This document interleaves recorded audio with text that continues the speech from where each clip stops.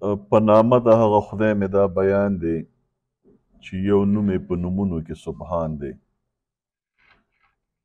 ډېر معزز او درون او خوږ میلمه او د ننني پروګرام دلها به ورته ووایو پروفیسر ډاکټر عبدالرؤف رفیقي صاحب پېښور پوهنتون ته پېښور ته او پاکستان سټډي سنټر ته په راتلو په خیر رالی او په موږ هم احسان کړی چې نن تاسو دلته راغلي یې. جناب حیات روغاني صاحب، میاں وکیل شاه فقیر خیل صاحب، ډېر محترم او ډېر ستر لیکوال او ادیب اسیر منګل صاحب، زما دوست ډاکټر شیر زمان سیماب صاحب، ډېر محترم سید الامین خیشکی صاحب، ډاکټر سمیع الدین ارمان صاحب، محمد علي دینا خیل صاحب او زما ډېرو خوږو ځوانانو.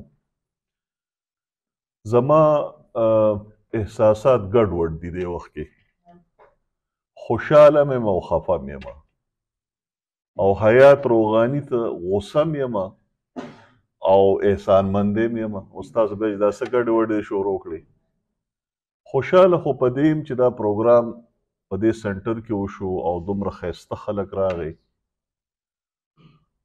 خفه په دې یم چې شایانشان زما په دغه سره اندازې سره دا پروګرام نه دی او د هغې وجه دا ده چې بابا چې دی خو ډېر کارونه په سر راغستي، نو دوی ما ته د تېرې جمعې په ورځ داسې د شپې ټایم کې ما د دې میسج وکتو، نو ما وی چې پروګرام به کوم چې ډېره ښه خبره ده. نو آخري میسج ورته ما دا وکړو چې زه لاهور ته روان یم د پیر په ورځ باندې، که تاسو پروګرام کوئ نو وختي به وکړو چې زه بیا روان شم، او که ناوخته کېږي نو بیا به زه معذرت وکړم چې واپس راشم بیا به وکړو. بس دې پې صرف د زړه نشان لګولی دی، نه را سره کنفرم کړی ده نه بل څه. ښه ده چې ما فون وکړو خپل دفتر ته، ګنې زه په مخه تلم، ما ته زما زه چې چا به وتلم ډرایور ما ته چې زه خو بس تیار یم. ما چې بچې لږ صبر وکړه چې رالم دلته مې میلمانه ولیدل. نو به هر حال که ستاسو په درناوي کې او د دې پروګرام په راجوړولو کې څومره هم خامیانې تاسو یې د هغې ټولو ذمهوار زه یم او زه ستاسو نه د هغې بخښنه غواړم. زه دا ګڼم چې تعداد دومره اهم څیز نه دی، ځکه چې دلته دومره درانه شخصیات ناست دي چې دا زه یو په زرو نه ورکوم. نو نن په دې حال کې 40-50 کسان نه په زرګونو خلک ناست دي، که زه د هغې وزن ته وګورم او د هغې اثر ته وګورم او د هغې کار او زیار ته وګورم. خو بیا کوم چې زما احساساتو ما تاسو سره شریک کړل. رفیقي صاحب او زه دا درته د ده په ژبه کې ویم او یو کوټیشن درته د ده لیکلی ویم، نو تاسو ته به د ده د لیکلو انداز هم پته ولګي او د ده د تخیل به هم درته پته ولګي او درته به پته ولګي دا څومره لوی لیکوال دی. نو زما او د ده اولنۍ ملاقات کیسه د خپله لیکلې ده. وی چې دا د کال 2015 خبره ده، د لاهور په هاسپیټلیټي ان هوټل کې په پورته پوړکي کې له اطاقه څخه سهار د نارې ځای ته راښکته شوم. چای او څه د خوړلو توکي مې مخ ته پراته وو. شاوخوا ګورم هر څه شته خو هیڅ هم نشته، ځکه چې دا هر څه مصنوعي دي. د رښتونولۍ هیڅ یو احساس د زړګي ور نه ټکوي. د غرق یوازیوالي ځان خوړونکي احساس نابیره سختن مهرباني را باندې وکړه. د ناشتې د یو بوفې په انګړ یو ښه د پاخه سن څوک راننوتلو. خوندور قطع وضع، درون شخصیت، سکخت قیافه، کافر سترګې او تر دې ټولو زیات دا چې شخصیت یې له رومانسه ډک و.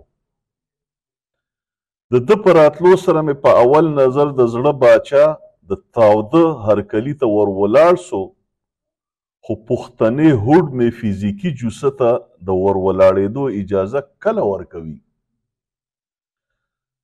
زړه خو مې په پښو کې ور وغورځاوه، لکن په خپله پر خپل ځای هغه ډول ناست په دا فکر کې ډوب وم چې ته دا سړی به د کوم هیواد وي، ځکه چې په دې هوټل کې زیاتره خارجي میلمانه ډېر دیره کیږي. ته واله منځنۍ اسیا نه به راغلي وي او که له ترکیې.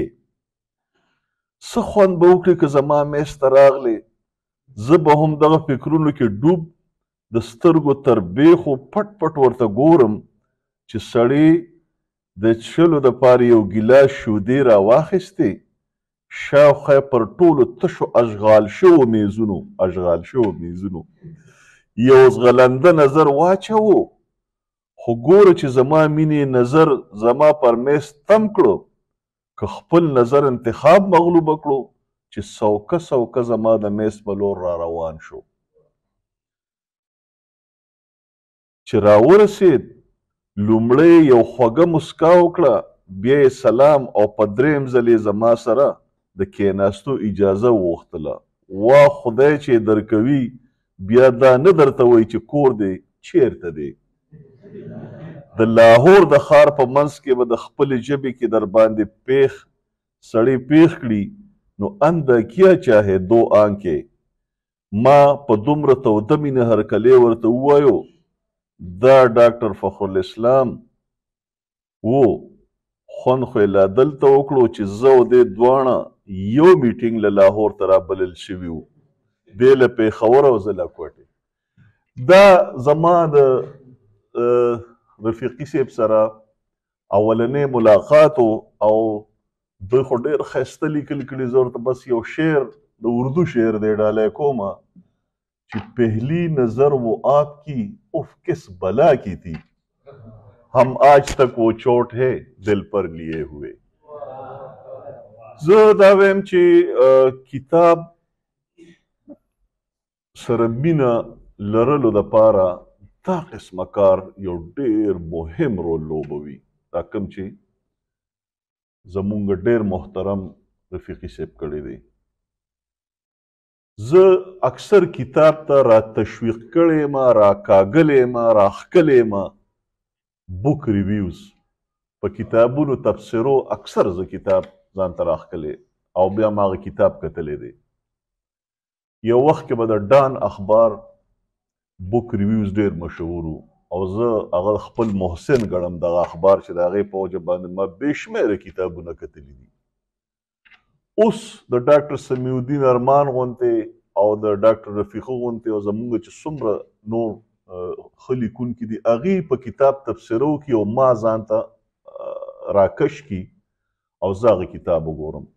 نو یو خو دا د کتاب لوستلو ته انسان را تشویق کوي. دویم د تحقیق په حواله سره ډاکټر محمد علي دینا خیل صاحب او محترم ډاکټر شیخ زمان سیماب صاحب د دې د اهمیت خبره وکړه، زه هغه تکراروم نه. زه تاسو ته دا یقین دهاني در کوم د پښتو کلاسیکي ادب یا جدید ادب څه نه څه ما هم کتلی دی او زه چې اوس څومره نومونه په کوټیشنز کې ګورم چې جی د خوشحال بابا په هکله یا د رحمان بابا په هکله یا د کاظم خان شیدا په هکله صدیق الله رښتین دا ویلي دي، حبیب الله رفیع دا ویلي دي. زه تاسو ته دا لیکل در کوم چې راتلونکې 20 کاله پس به همدغه کوټیشنز کې دا کسان یادولی کېږي کوم چې زموږ مخې ته ناست دي. دا سیرمنګل نوم به وي، د شیخ زمان سیماب نوم به وي، د سمیع الدین ارمان نوم به وي او د ډاکټر رفیقي صاحب نوم خو په سر کې وي او د محمد علي دینا خیل نومونه به وي انشاءالله. دا څه ناشونې خبره نه ده، دا زه تاسو ته د راتلونکي وخت یو دغه او ما نورم زمونږ دې وخت کې چې موجود نه دي. ابروز ما د ډاکټر زبیر حسرت او د ډاکټر حنیف خلیل صاحب تذکره م وکړه. دې خلکو دومره کار کړی دی چې مونږ کې یو ډېر لوی یو مصیبت دا دی چې مونږ د ژوندو خلکو ستاینه نه کوو، مونږ یې مرګ ته په انتظار یو.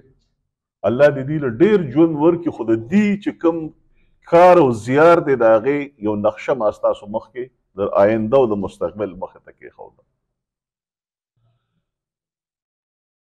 تاسو ګورئ رفیقي صاحب بینکر و او د پښتو خدمت یې وکړو.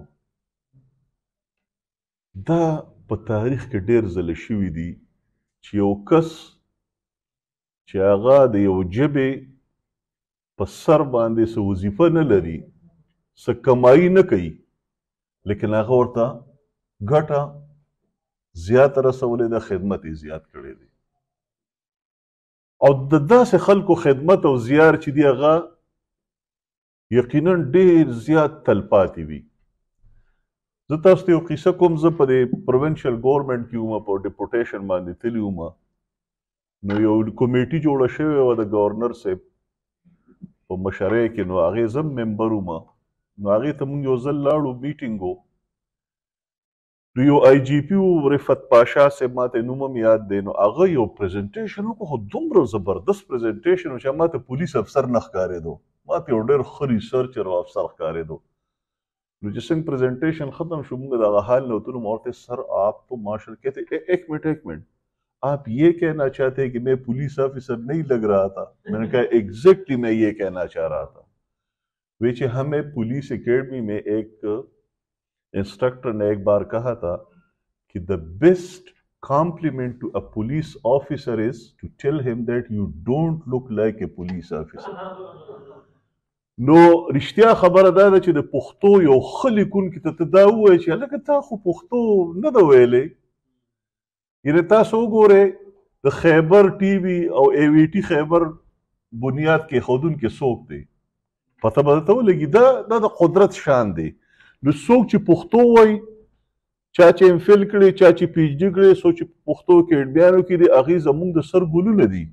د هغې زیار، د هغې محنت، هغې ته سلام دی. خو هغه خلک چې کوم د دې ډیسپلن سره، د دې مضمون سره د هغې علاقه دومره نه ده، یعنې هغه رسمي علاقه نه ده، او بیا هم کار کوي، هغه ډېر زیات د ستاینې وړ دي. زما باره کې تاسو ډېرې زیاتې خبرې وکړې. زه رښتیا خبره دا ده، زه ځان د پاکستان سټډیز او د پولیټیکل ساینس یا د سوشل ساینسز استاد ګڼم، خو د پښتو زه شاګرد یم. او هغه زه د خپلو کشرانو ادیبانو هم شاګرد یم او د مشرانو خویم یم. د دې نه ما اثر اخیستی دی، د دې نه ما زده کړه کړې ده، د دې محبت ما د مورنۍ ژبې سره لیدلی دی. بیا ما هم څه نه څه خپل څه هڅې کړي دي. احسان نه کوم په چا، د خپلې مور خدمت کولو له څوک په چا احسان کولی شي چې د مور بهر راوځي او چاته ووایي چې جي ما مې نن د مور خدمت وکړه. بېشره مور دې و، نو خدمت دې وکړو، نو بار یې څه له وایي. نو زه وایم چې دا په خپل ځان سره ښه کول دي، د خپل ځان احسان. زه خوشحاله یم چې ځوانان دلته موجود دي. اصلي کې دا خبرې ستاسو دپاره د کار خبرې دي. دا چې کوم زیار شوی دا ستاسو دپاره دی. مونږ خو خپل وخت تیر کو، مونږ خو بس بل طرف ته روان یو. نو خوشحاله یم چې نن دا ځوانان زمونږ په منځ کې موجود دي، او انشاءالله یو وخت به داسې راشي چې دوی به په دې ځای کې ناست دي او دغلته به نور ځوانان وي. ستاسو د ټولو مننه، ستاسو د راتلو، او په تیره د محترم ډاکټر رفیقي صاحب چې تاسو دلته رالی. دا صرف یو وړوکې غونډه نه ده، دا به په تاریخ کې د دې انشاءالله تذکره کېږي. او که چېرته بیا هم د غونډو په باره کې یو قاموس جوړو، نو دا به پکې ضرور موجود وي. اجازت راکړئ چې د مفکورې د ملګرو په ځانګړې توګه شکریه ادا کړم. دا کس چې دی، دا لیونتوب او دا جنون د دې کار سره زه دې ته سلام کوم. والسلام.